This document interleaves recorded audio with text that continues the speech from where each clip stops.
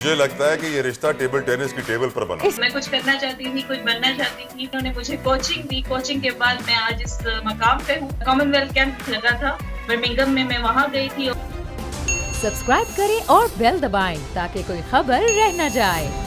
ज़ैनब क्या कहेंगी, कैसे शौक हुआ, किस तरह से खेलना शुरू किया, और फिर ये बताइए कि अल्ताफ से मुलाकात कैसे हुई? मुझे लगता है कि ये रिश्ता टेबल टेनिस की टेबल पर बना। इसलिए मैंने पूछा अल्ताफ से मुलाकात कैसे हुई। जब बचपन में पोलियो का शिकार हुई तो काफी लोगों ने कहा घर पे बैठ जाओ और कुछ भी करने की जरूरत नहीं है। तो उस टाइम पे लोगों की बातों को दिल में ना लेके, दिमाग में ना डाल के, तो मैं कुछ करना चाहती थी, कुछ बनना चाहती थी। तो मुझे मैंने अल्ताफ को ही देखा खेलते हुए। मैं एक स्टेडियम गई तो उसको ही देखा खेलते हुए, तो मुझे शौक हुआ कि अगर मेल खेल सकते हैं तो फीमेल क्यों नहीं खेल सकती। तो तब मैंने इनसे बात की, इन्होंने मुझे कोचिंग दी। कोचिंग के बाद मैं आज इस मकाम पे हूँ। तो फिर हमारी अच्छी अंडरस्टैंडिंग थी। तो घर वालों ने बात की तो रिश्ता हो गया। इस्लामिक गेम्स का experience Zainab, how was the international format for you? किस तरह लगा आपको दुनिया में पाकिस्तान को रिप्रेजेंट करते हुए? क्या सीखा आपने इस इवेंट से? इस्लामिक गेम में बेसिकली अल्ताफ गया था। मैं कैंप्स में गई हूँ, यूके कैंप्स में।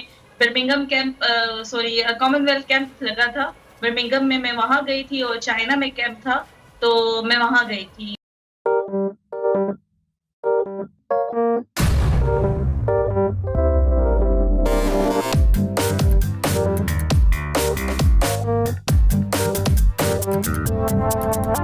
कुछ खेल के करेगा ये खिलाड़ी अपना सीन ऑन। देख लो भाई देख लो, है आखिरी खिलाड़ी कौन,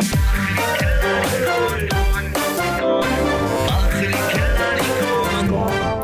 कुछ खेल के करेगा ये खिलाड़ी अपना सीन ऑन। देख लो भाई यहाँ ऐसा कुछ नहीं होगा। दिमाग चलाओ, जवाब बताओ और लाखों ले जाओ। खिलाड़ी कौन, आखिरी खिलाड़ी कौन?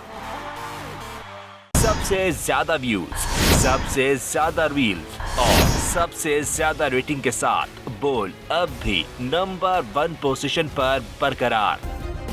सब्सक्राइब करें और बेल दबाएं ताकि कोई खबर रह न जाए।